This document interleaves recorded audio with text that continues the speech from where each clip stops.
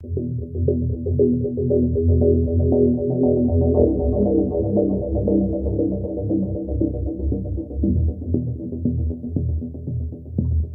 प्राचीन किताबों में भगवान विष्णु के अवतार परशुराम को एक युद्ध विद्या का जनक माना जाता है और वह कला ही आगे चलकर कुंफू कहलाई।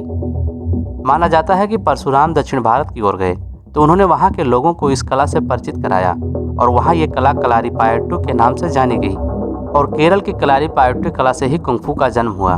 दोस्तों, वीडियो में आगे बढ़ें उससे पहले आपसे एक निवेदन है कि आप वीडियो को लाइक कर दें, क्योंकि आपका यह एक लाइक हमें और अच्छे वीडियो बनाने के लिए मोटिवेट करता है। दोस्तों, 3000 साल पहले तक के इतिहास में कलारीपायट्टू कला का उल्लेख मिलता है। बताया जाता है कि नायरों ने इस कला को और अधिक विकसित किया और योद्धा राज्य को बचाने के लिए इस कला का प्रयोग करते थे। कलारीपायट्टू से जुड़ी कहानियों के मुताबिक इसे ईश्वर द्वारा पैदा की गई विद्या माना गया और पुराने लोकगीतों में भी इस कला का उल्लेख मिलता है। इस विद्या को सिखाने वाले पणिक्कर कहलाए जाते थे। माना जाता है कि बौद्ध भिक्षु बोधिधर्म इस कला को चीन ले गए और धर्म के साथ साथ युद्ध विद्या का भी प्रशिक्षण दिया। आपको बता दें कि दक्षिण भारत के एक राज परिवार में बोधि धर्म का जन्म हुआ था, लेकिन कम आयु में ही उनका झुकाव बौद्ध धर्म की ओर हो गया और वे एक भिक्षु बन गए।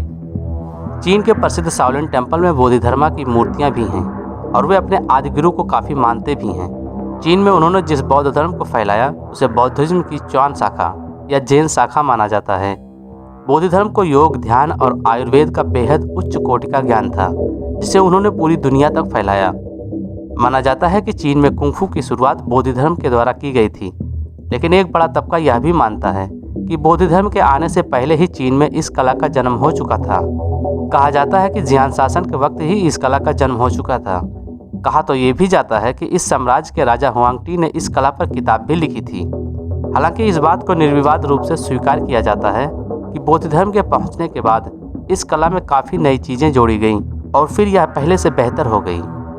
दोस्तों, कुंफू की बात हो और शाओलिन टेम्पल का जिक्र ना हो, ऐसा हो नहीं सकता। बिना शाओलिन टेम्पल की बात किए कुंफू का इतिहास अधूरा है। शाओलिन टेम्पल ने इस कला को उन्नति के शिखर तक पहुंचाया और आज भी इसी कारण शाओलिन का नाम बेहद सम्मान के साथ लिया जाता है। शाओलिन टेम्पल में बौद्ध भिक्षुओं ने खुद को मजबूत बनाने के लिए कुंफू को सीखना शुरू किया। योग, ध्यान और व्यायाम ने इन भिक्षुओं को अलग ही पहचान दी। शाओलिन के बौद्ध भिक्षुओं पर भूख, प्यास, गर्मी, सर्दी आदि का असर नहीं होता, क्योंकि उन्होंने खुद को ऐसा बना लिया, जिसके बाद तो शाओलिन टेम्पल को दुनिया भर में कुंफू का घर मान लिया गया। अगर चीन के इतिहास पर नजर डालें तो मिंग साम्राज्य के वक्त शाओलिन का उल्लेख काफ़ी किया गया है और उस काल के साहित्य में इसका जिक्र भी मिलता है। तो दोस्तों, इस वीडियो को देखने के बाद आपको यह पता चल गया होगा कि कैसे कुंफू, जो कि भारत की एक प्राचीन युद्ध कला थी, वह चीन चली गई और वहां विकसित हुई। तो दोस्तों, आज की यह जानकारी आपको कैसी लगी हमें कमेंट के माध्यम से आप बता सकते हैं। अगर आप हमारे चैनल पर पहली बार वीडियो देख रहे हैं तो चैनल को सब्सक्राइब जरूर करें। धन्यवाद।